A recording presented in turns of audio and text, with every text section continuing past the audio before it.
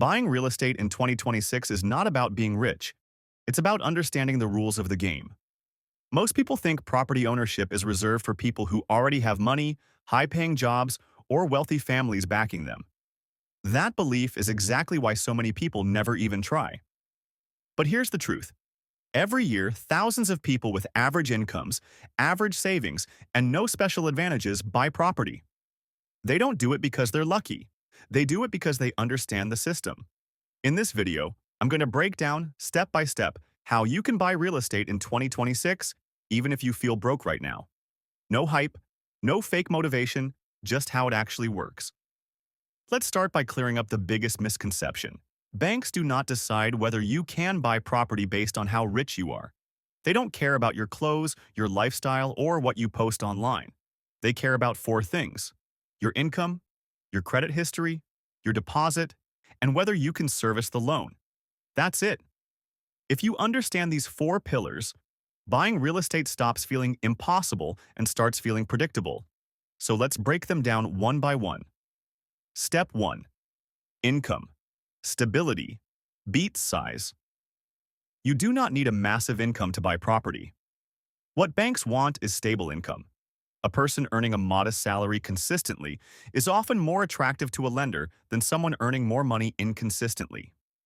In 2026, lenders are still going to prioritize consistent employment, reliable income, history, evidence that your income is ongoing. That means if you're full-time employed, part-time employed, or self-employed with consistent earnings, you are already in the game. A lot of people delay buying property because they think they need to level up their income first. But what actually matters is showing the bank that you can manage money reliably over time. If your income is stable today, you can start planning today. Another important thing people don't realize is that income doesn't need to be perfect to be approved. Banks assess your ability to service the loan, not whether your life is financially glamorous. They look at how much you earn, how much you spend, whether there's enough left over after expenses, which brings us to a key mindset shift. Buying property isn't about being financially impressive.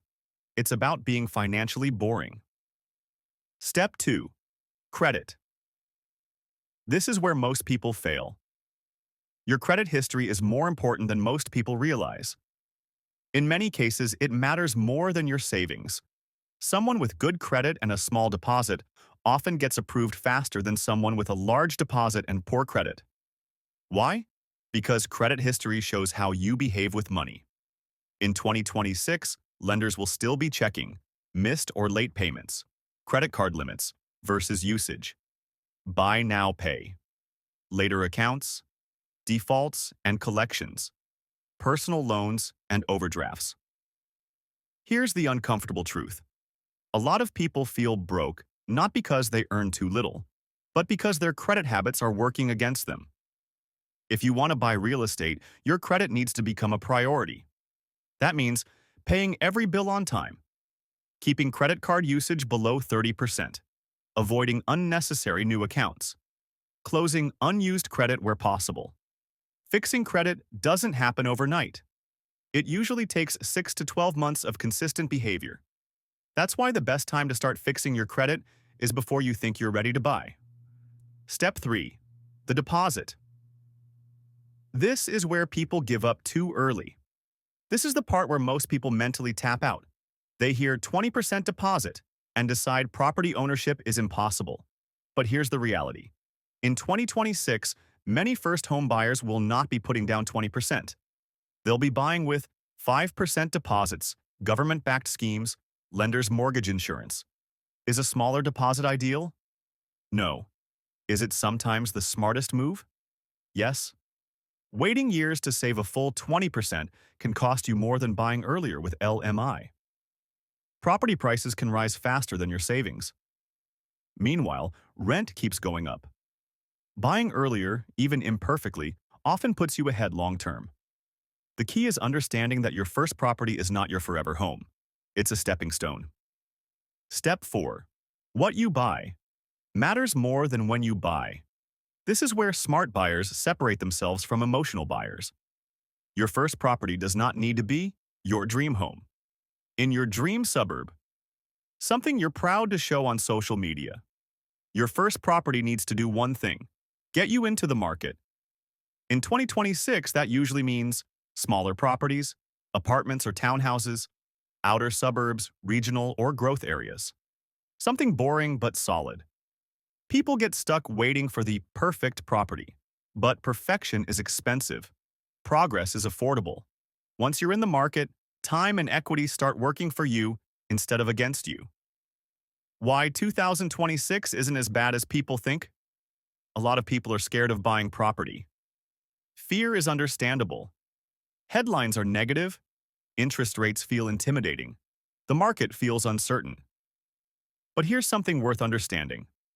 Uncertainty is when opportunity usually exists. By 2026, interest rates are likely to be more predictable. Governments still want people buying homes. Rental pressure makes ownership more attractive. Banks continue lending to qualified buyers. The biggest mistake people make is waiting for the perfect time. That time almost never comes. The right time to buy is when you are financially prepared, not when the news sounds optimistic. The real strategy. Nobody explains. Most people don't fail because they're broke. They fail because they don't think in timelines. Here's what a realistic path looks like. Year 1, fix credit. Save consistently, reduce unnecessary expenses. Learn how lending works. Year 2, get pre-approval. Buy modestly. Enter the market, years 5 to 10. Income increases. Equity builds. Options open up. This is how wealth is built quietly. Not overnight, not through hype, through patience and structure. Final thought. Feeling broke right now doesn't mean you'll always be broke. But doing nothing guarantees that nothing changes. Real estate isn't about luck. It's about preparation.